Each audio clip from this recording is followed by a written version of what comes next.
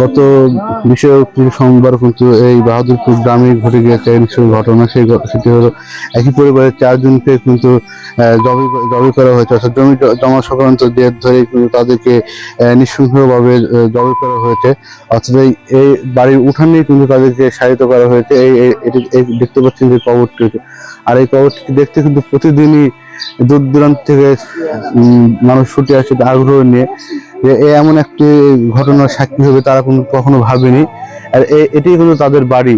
অর্থাৎ এই ঘটনার পরপরই কিন্তু পুলিশ প্রশাসনের পক্ষ থেকে ঘাতক 3 জনকে আটক করা হয়েছে, এবং তাদের যে আচ্ছা বাবা ছিল, যার নিহত যে ছেলে মেয়ে মারা গেছে তাদের দাদা, তাদেরকে কিন্তু পুলিশ হেফাজতে নেওয়া হয়েছে। আর এই বাড়িতে কিন্তু একসময় তাদের আজকে খেলার কথা ছিল, কিন্তু তারা কিন্তু আজকে এই বাড়ির উঠানেই শায়িত রয়েছে।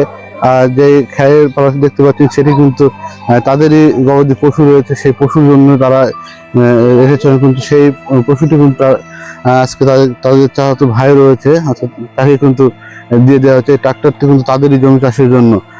অর্থাৎ যে ঘটনাটি ঘটেছে নিঃসন্দেহে এটি একটি হৃদয় বিতরক ঘটনা। ঘটনার পর কিন্তু গ্রামবাসী কিন্তু পরের দিনই কিন্তু ঘাতকদের বাড়িঘর জ্বালিয়ে দিয়েছে এবং গুড়িয়ে দিয়েছে।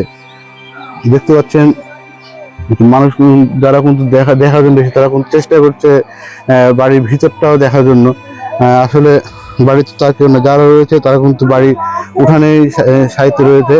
তারপরেও কিন্তু আগ্রহ নিয়ে তারা দূর থেকে এসেছেন, তারা একটিবার হলো দেখার চেষ্টা করছেন কিভাবে বাড়ির ভিতরে দেখা যায়। মান্দায় কিন্তু পার্শ্ববর্তী উপজেলায় মান্দায় খুব কাছে কিন্তু পাশে কিন্তু এই বাহাদুরপুর ইউনিয়নের একটা গ্রামে কিন্তু এই ঘটনাটি ঘটেছে। আর এই একসাথেই কিন্তু এই বাড়ির উঠানেই কবর দেওয়া হয়েছে তাদেরকে। গত সোমবার ঘটে যাওয়া একই পরিবারের 4 জনকে হত্যার ঘটনার সেই বাড়ি থেকেই কিন্তু আমি জানাচ্ছিলাম সর্বশেষ সংবাদ।